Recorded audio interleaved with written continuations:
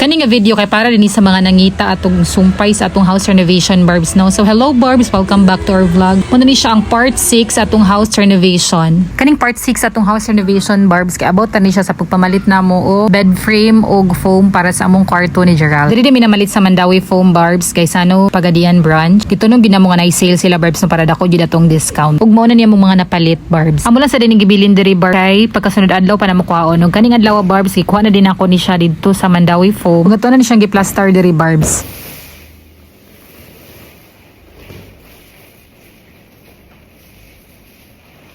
Para sa ko barbs no, satisfying jud kay ang feeling kanang mamalit ka og gamit bitaw para sa inyong balay. Inguna na siguro barbs no kung magkaidara na ta charis. Excited jud kay kuno pagpalitan ni mga inguna ni barbs kay wala bita kasulayan ning pagkat bata-bata kay gabanig-banig grabe ta sa una. Mong happy jud kay ta din satisfying kini siya nga feeling kaning mamalit ka og para sa imuhang balay bitaw. Mong thank you gud kay sa kumbana Lord kay supportive kay siya.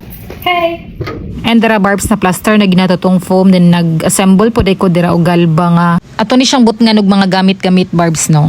Tugay kay kuno mag-assemble gid ni barbs ay magsabog pa kay kuaning panahon na. Og diri finally na ko naging na discover unsaon siya barbs no rin natindog na po nato siya na barbs. Pagkagabi na barbs after sa duty ni Gerald nag-assemble na po day maning bed frame taud-taud ni siya naabot barbs amo lang siyang gipadaplin. Then kaniya mong gipili nga dili siya assemble barbs kay para mas dali ang yang transport kay katong mga assemble dan barbs lisod kayo kay wala pa misakyanan. Actually si Gerald ginagunaw nag-assemble ning tabang nako kanang hapit na mahuman kay gigutom naman ko gusto na mi manguli pod. And voila na sumpay ra gid siya tanan barbs no. Then kanina lang yung pinaka-last kani. Ang drawer nga ibutang sa ilalom barbs. Gutom na kay ko.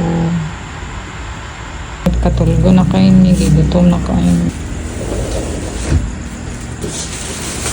Tuara na human ra gid mi aning bed frame barbs. Dayon gibiyanan na mo siyang ingon ani barbs. Then balik na mi pagkaugma para itaod ning foam. Og syempre busy man ta mag video si Gerald lagi na nagkamulo dira og taod sa foam. Then gibutangan na po niya bed sheet barbs including ang mga unlan. So mo lang sa to sa tong part 6 barbs. Thank you so much for watching. God bless us all. Bye bye barbs. Thank you sa tanang suporta. God bless. Mwah.